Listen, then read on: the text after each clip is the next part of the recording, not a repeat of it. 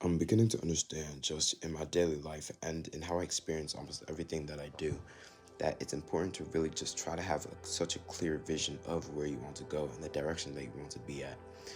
And when I say that, I don't necessarily mean in the sense that you need to know everything about what you want your future to be like. But I think it's important to understand and to know the feeling of having said thing or achieving said desire or having said goal that you wish to accomplish. And in doing so, we could almost posit whatever feeling that accomplishment would bring us inside our daily lives. And in doing so, it's almost as if we're living the lives that we want to live, or we're at least feeling the life that we want to feel without any external change. Because I've alluded to this in other videos, but I think that what's external to us is not in our control. The only thing that's truly in our control is what's internal to us. And I was watching a video earlier today, and they said something that I really agree with. And it's just adding on to that in the sense that we can influence the external, we can only control the internal. And I think that the rest of it is really just having faith in God and having faith that exactly what we desire, as long as it aligns with what He wants for us, then it'll happen. And I think that so often we just try to control what's outside of us, but it's never possible. It's not possible to control anything that's outside of you. You can't add a single hair to your head. You can't cause yourself to grow taller. There's so many things that are not in your control. And there's, no, not even that, because everything outside of you is not in your control. But there's so many things that, not even outside of your control, there's so many things that aren't even in your influence. And things that are in your influence, I think that's important that we try to influence them as best as we can, but it's ultimately just about controlling what we can control. And the only thing that we can control for 100% is ourselves. So I think that it's important that we really just have such a clear vision of exactly where we want to go. And like I said, that's not stress if you don't know the exact direction, because I think that that's almost part of the beauty of life. Because when I say that you should have a clear vision of where you want to go, I don't mean in the sense of a restriction in that this is the direction that I want to go and this won't change, but in the sense that almost opening yourself up to that vision changing over time. Because I think that as we grow older and as we just grow as people, what we want ends up changing as well. And I think that's a part of it. It's almost like life is just a continual staircase where you achieve one thing, you go one step, and then there's just another one right there. And I think that if we're able to be grateful for all the steps before you even start taking the steps, then it'll never seem something that's daunting. It'll never seem like something that's overwhelming. I think that the overwhelm in achieving your goals comes when you're not grateful for what you've achieved so far and you're not satisfied with what you've achieved so far. And it's very paradoxical, but I think that it's very important that we almost be hungry and we be satisfied at the same time. In the sense that we're grateful for everything that we have, but we still recognize that you could go for more.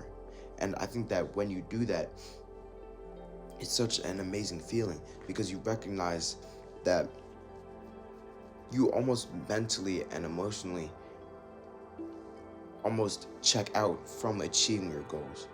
And when I say that, I don't mean in the sense that you stop caring about achieving your goals, because I don't think that's the case. But it's almost like you're so satisfied with where you are right now, and you're so satisfied with where you will go, just having such faith that you'll get there, that it almost just happens naturally. It almost happens without you needing to put in, or force yourself or put in any, you know, undesired effort into it. And I think that when the quote Bruce Lee, when they say flow like water, I think that's a very big part of it. I think that it's not forcing yourself to go into a direction, but rather just allowing yourself to flow in that direction. And when we do that, I've been experiencing this, here and there recently, but I feel it a lot right now. I just feel so content with everything that I have while still recognizing that I could have more. And by substantiating the feelings of having more in the present moment, I already know that I could achieve that. And it's almost just having patience and having faith that it will happen eventually. And so I just think that it's important that we have just such a clear vision of where we want to go. And, when I say dreams, I mean in the sense that almost that we don't force that vision as well. That it's almost something that we relax into rather than something that we try to, you know, force our brains to imagine. And it's very, you know, theoretical concept, but I think that if you try, you'll understand what I mean. In the sense that if you tried to close your eyes now and imagine what your dream life was like, I think that there's two ways that it could go. It could either be something that you think about and then you notice some sort of reaction that almost is substantiating that you're not there yet, or you have the reaction as if you're already there. And I think that if we're able to substantiate the reaction that we're already there with everything that we do, then it's basically as if we are already there, at least internally. And then it's just having faith and praying to God that the external will align with that. But the thing is, it's almost like you're okay even if the external does not align with that, because anything that you could gain from it internally, you already have. And in doing so, we just open ourselves up for so much change, for so much growth. It's almost like, I'm trying to think of a good example here, but the only way I could even like remotely describe it, it's like when you try to force yourself to walk, you may be able to walk 5 steps, but when you're almost indifferent between walking, then you could walk 100 miles and you'll never get tired. So I think that if we really allow ourselves to flow, then it's not something that we could ever really get tired of, because it's not something that we really need to put any effort into. And that's not to say that we shouldn't work towards our goals, because I think that working towards it is very important as well. But it's almost allowing that work to just flow naturally and allowing that work to flow consistently. And then in doing so in your daily life and in substantiating the goals that you want to achieve in the present moment, then it's almost just attracting those goals towards you without you needing to put in any effort as that's insinuating that you're not already there. Because I think that so often we have goals and we almost look at our goals as if it's not something that we can achieve, in the sense that, okay, who I am right now is not someone that could achieve this thing.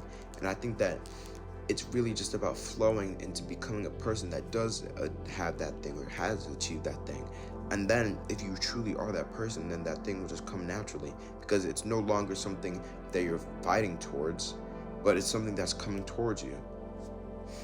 And that's all to say. I just think that's important, that we just have big dreams and we really just try to relax into them rather than try to force it and try to force ourselves to put in the effort to achieving something, rather than allowing ourselves to flow and be consistent in doing those set things. And then we'll ultimately just get where we want to go, and we'll ultimately get where God wants us to go.